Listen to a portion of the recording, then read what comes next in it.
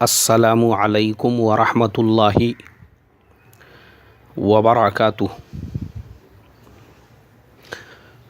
محترم بھائیوں، بزرگوں، دوستو، یہ ہمارا اصلاح معاشرہ کا 526واں سبق ہے۔ محترم بزرگوں، گزشتہ کل یعنی بروز پیر 23 صفر 1439 ہجری 13 نومبر سن 2017 کا دن یہ اہل علم کے لیے، اہل مدارس کے لیے، تعلیم و تعلم سے جڑے ہوئے تمام لوگوں کے لیے یہ کسی صاعقہ آسمانی سے کم نہیں تھا جب کانوں کے اندر یہ خبر پہنچی۔ بانی دارالعلوم دیوبند حضرت مولانا قاسم صاحب نانوتوی رحمۃ اللہ علیہ کے پڑ پوتے اور سابق محتمم دارالعلوم دیوبند حضرت مولانا قاری محمد طیب صاحب رحمۃ اللہ علیہ، جنہوں نے 50 سال تک پورے آن بان اور شان کے ساتھ دارالعلوم دیوبند کے اہتمام کی باغ ڈور سنبھالی اور ہندوستان کے ایک ادارے کو پورے عالم میں ایک مقام، ایک مرتبہ دلایا اور دارالعلوم دیوبند کو جامعہ ازہر، مدینہ یونیورسٹی، ام القریٰ یونیورسٹی کی صفوف میں کھڑا کر دیا۔ یہ کمال تھا حضرت مولانا قاری محمد طیب صاحب رحمۃ اللہ علیہ کا۔ ان کے فرزند حضرت مولانا محمد اسلم صاحب قاسمی رحمۃ اللہ علیہ وہ ہمارے درمیان میں نہیں رہے۔ انا للہ و انا الیہ راجعون۔ جیسے ہی میں نے یہ خبر سنا، میں اپنے آپ کو قابو نہیں کر سکا، میری آنکھوں سے بے ساختہ آنسو نکل پڑے اور کچھ یادیں جو حضرت کے ساتھ میں وابستہ تھی وہ فوراً نظروں کے سامنے آ گئی۔ دل شکستہ ہوں، نکل آتے ہیں اکثر آنسو اور میں ٹپک پڑتی ہے ٹوٹے ہوئے پیمانے سے۔ 1993 ہم لوگ پانولی میں پڑھتے تھے، گجرات میں۔ مغرب کی نماز کے بعد ہمارے استاد محترم حضرت مولانا قاری محمد ادریس صاحب فلاحی، انہوں نے 2 طلباء کو، ایک کو قرات کے لیے اور ایک کو نعت کے لیے، اور اپنے ساتھ میں پھر حضرت ہمارے گاؤں میں امامت بھی کرتے تھے، وہ ان طلباء کو لے کر چلے۔ ہم لوگوں کو پتہ چلا کہ بھائی گاؤں کے اندر کوئی اللہ والے آئے ہیں، بزرگ آئے ہیں۔ ہم نے کہا بھائی ہماری محرومی کی بات ہے، اس لیے کہ اگر کوئی اللہ والے، کوئی صاحب علم اگر گاؤں میں آئے ہوئے ہیں تو ہم لوگوں نے ان سے استفادہ حاصل کرنا چاہیے، اس لیے کہ یک زمانہ صحبت با اولیاء بہتر صد سالہ طاعت بے ریا، یہ ہم کو پڑھایا جاتا تھا۔ اللہ والوں کی صحبت میں ایک لمحے کا گزارنا وہ گوشہ نشینی کی 1000 سال کی عبادت سے زیادہ بہتر ہے۔ جو نگرانی کے استاد تھے، ہم نے ان سے اجازت لی اور طلباء کی ایک جماعت مختصر سی وہ جلسہ گاہ کے اندر عشاء کی نماز پڑھ کر پہنچ گئی، میں بھی تھا اس میں۔ اب ہم لوگ جب وہاں پہ پہنچے تو ڈر اس بات کا تھا کہ ہمارے استاد محترم حضرت قاری محمد ادریس صاحب فلاحی اگر وہ ہم کو دیکھیں گے تو پھر کہیں ناراض نہ ہو جاوے، کیونکہ وہ زمانہ ایسا تھا ہم لوگوں کو مار کا ڈر نہیں تھا، 2-4 لکڑی ماریں گے چلو ٹھیک ہے، لیکن ناراض نہیں ہونا چاہیے۔ ہم اپنے استاد کی ناراضگی گوارا نہیں کر سکتے تھے، اس لیے کہ ہم اپنے استاد محترم سے اتنی محبت کرتے تھے، اور دوسری بات یہ ہے کہ استاد کو بھی ہم سے ویسی ہی محبت تھی۔ ابھی میں نے شاید 2-3 روز پہلے جو بتایا دینی مدرسے کے اساتذہ اپنے بچوں سے کیسی محبت کرتے ہیں، ایکچولی وہ ٹاپک میرا ادھورا رہا، ورنہ میں اس میں یہ بھی بتانے والا ہوں یا بتانے والا تھا کہ بھئی ہمارے اساتذہ نے ہمارے ساتھ جو شفقت کا، جو پیار کا، جو محبت کا معاملہ کیا وہ کیسے کیا، جو اس کے اندر بتایا گیا تھا ویڈیو میں کہ مدرسوں میں خالی مارا جاتا ہے، اور انگلش اسکول کی وہ جو ٹیچر ہے کس طریقے سے بچوں کو پیار محبت سے اندر لے رہی ہے، اسی کے ذیل میں میرا رہ گیا وہ باقی، ورنہ میں ہمارے قاری ادریس صاحب کے بھی کچھ واقعات اگر بتاتا۔ مجھے یاد ہے اچھی طرح سے ہم لوگوں کے پیر میں اگر چپل ٹوٹ جاتی تو ہمارے استاد محترم نئی چپلیں لے کر آتے، اور جتنے بچے جن کے پاس میں چپلیں نہیں ہیں ان کو وہ چپل دیتے۔ ٹوپیاں پھٹ جاتی، مجھے حضرت قاری ادریس صاحب نے ایک ساتھ تقریباً 4 یا 5 ٹوپی، جو 6 کلی کی ٹوپی ایک زمانے میں آتی تھی، میرے پاس میں ایک ٹوپی ابھی بھی ہے، میں نے بعد میں اپنے بچوں کو بھی وہ ٹوپی برکتاً پہنایا۔ میں نے کہا بچوں یہ میرے استاد محترم کی ٹوپی ہے، پہنو ذرا، اس کو پہننے سے تمہارے اندر بھی ویسی کچھ صفات آئیں گی۔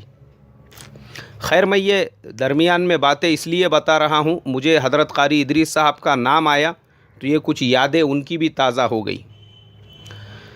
جلسہ گاہ کے اندر جب ہم لوگ پہنچے، قرات، نعت، اور اس کے بعد کوئی مقرر نہیں تھا،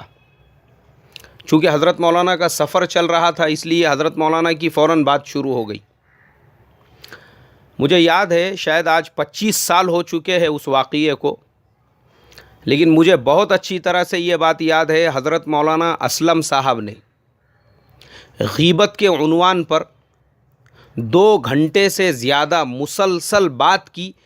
ایسی انہوں نے بات کی جیسے کوئی دریا ہوتا ہے، جیسے کوئی ندی ہوتی ہے، وہ اپنے روانی کے ساتھ میں، خاموشی کے ساتھ میں ایک ہی سمت میں بہتے رہتی ہے، ادھر ادھر نہیں جاتی۔ سیم حضرت مولانا کی وہ بات مجھے آج بھی اچھی طرح سے یاد ہے۔ حضرت مولانا نے غیبت کے عنوان پر 2 گھنٹے سے زیادہ کا وہ بیان کیا، اس میں احادیث، اللہ کے نبی اور صحابہ اکرام کے واقعات، حسن بصری کا ایک واقعہ سنایا تھا، وہ بھی مجھے اچھی طرح سے یاد ہے۔ ایسے بہت سارے واقعات اور قرآن اور حدیث اور اسلاف کے واقعات کی روشنی میں حضرت نے وہ تقریباً 2 گھنٹے سے زیادہ اپنی جو بات کی، آہا سبحان اللہ، وہ میرے زندگی کا پہلا موقع تھا جس میں میں نے عزم اور ارادہ کیا تھا کہ بھائی انشاءاللہ یہ ہے بات کرنے کا طریقہ، اور انشاءاللہ اللہ نے اگر اپنے کو بات کرنے کا موقع دیا نا تو اپن زندگی میں ایسا ہی کریں گے کہ ایک ہی عنوان کی پوری مکمل تیاری کر کر اس کے اوپر بات کرنا۔ یہ میں نے سیکھا اس مجلس سے۔ مجلس ختم ہو گئی، اب یہ ہمارے لیے شرف کی بات تھی، حضرت سے ہم کو مصافحہ کرنے کا موقع ملا، تھوڑی دیر حضرت کے ساتھ رکنے کا موقع ملا، اور پھر وہ حضرت کی ملاقات سے اور زیارت سے اور صحبت سے ہم لوگ جب فارغ ہوئے، اس کے بعد پھر ہم لوگ واپس مدرسے کی طرف روانہ ہو گئے۔ پھر واپس سے دل میں وہی خدشہ، وہی ڈر تھا، پتہ نہیں اگلے دن ہمارے استاد محترم قاری محمد ادریس صاحب فلاحی ناراض ہوں گے، سزا دیں گے، لیکن اللہ ہمارے استاد محترم کو جزائے خیر عطا فرمائے،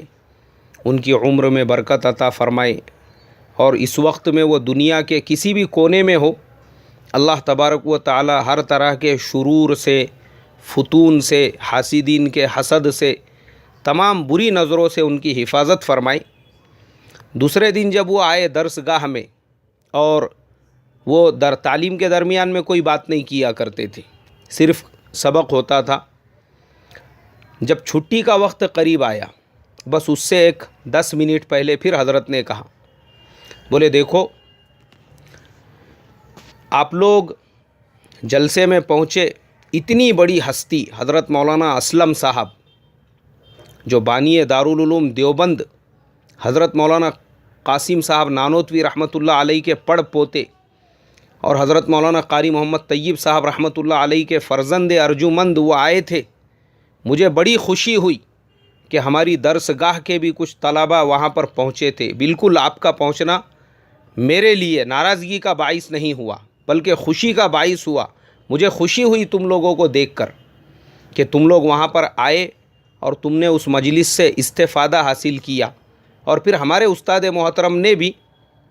جو رات میں حضرت نے بات کی تھی اس کے اوپر تھوڑا سا تبصرہ کیا اور کہا کہ دیکھو بات کرنا اگر سیکھنا ہے تم لوگوں کو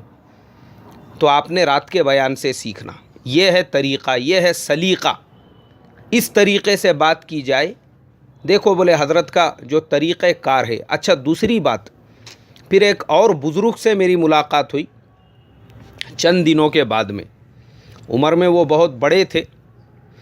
میری ملاقات یعنی ہم طلبہ کی ایک جماعت تھی، کیونکہ ہماری تو کوئی اوقات اور حیثیت ہی نہیں، میری عمر بھی کتنی ہوں گی اس وقت میں، بچے تھے ہم لوگ، چھوٹے چھوٹے مدرسے میں پڑھتے تھے۔ تو طلبہ کے سامنے انہوں نے کہا، بولے دیکھو میں نے حضرت مولانا قاری محمد طیب صاحب رحمۃ اللہ علیہ کی مجالس میں بھی میں بیٹھا ہوں، ان کی بھی صحبت کو میں اختیار کیا ہوا ہوں، اور حضرت مولانا اسلم صاحب اور حضرت مولانا سالم صاحب ان سے بھی میرا قلبی تعلق ہے۔ بولے رات میں، اس دن رات میں جو بیان ہوا تھا وہ بیان اور میں نے جو حضرت مولانا قاری محمد طیب صاحب رحمۃ اللہ علیہ کی مجلسوں میں بیان سنا ہوا ہوں، آپ کو کوئی فرق نہیں نظر آئے گا۔ حضرت مولانا اسلم صاحب کا جو لب و لہجہ اور بات کرنے کا طریقہ وہ سیم ٹو سیم تقریباً حضرت مولانا قاری محمد طیب صاحب رحمۃ اللہ علیہ کی کاپی ہوا کرتا تھا، یعنی آپ اپنے والد محترم کی جو ان کا انداز بیان تھا اسی انداز بیان پر بیان کیا کرتے تھے۔ بولے آپ کے زمانے میں آپ لوگوں نے اگر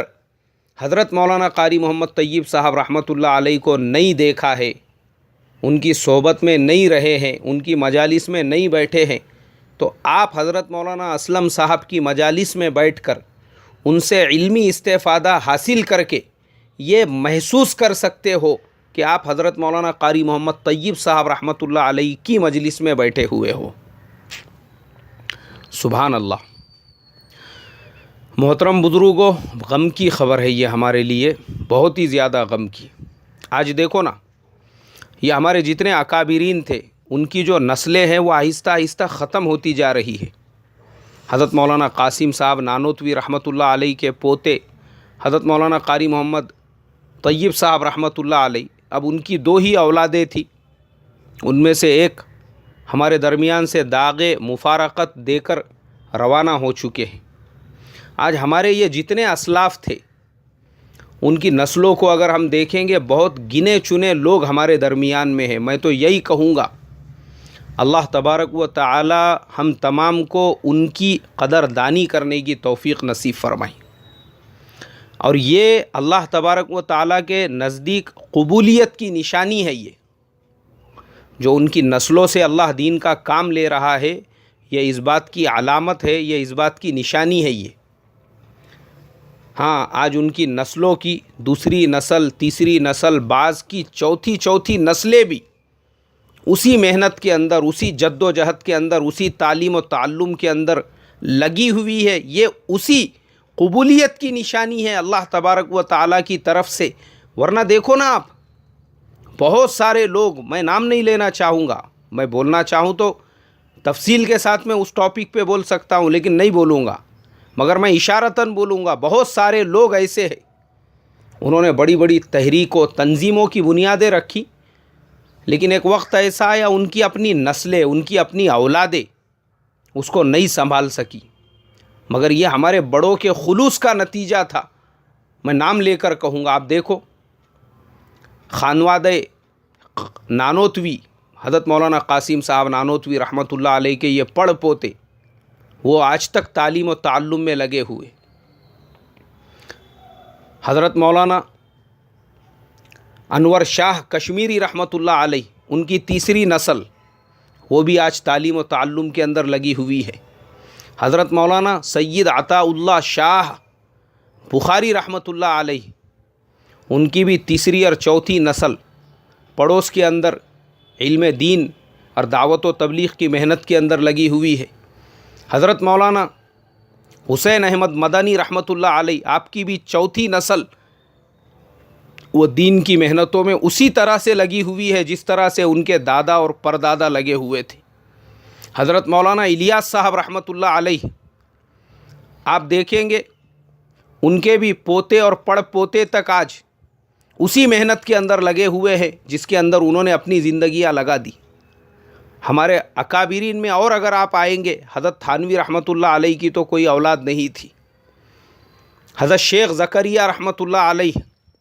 ان کے بھی پوتے نواسے سب اسی محنتوں میں۔ تو یہ جو باتیں ہیں میرے محترم بزرگوں، یہ قبولیت کی نشانی ہے، قبولیت کی، ورنہ میں نام نہیں لوں گا۔ بہت سے لوگ ہیں نامور لوگ،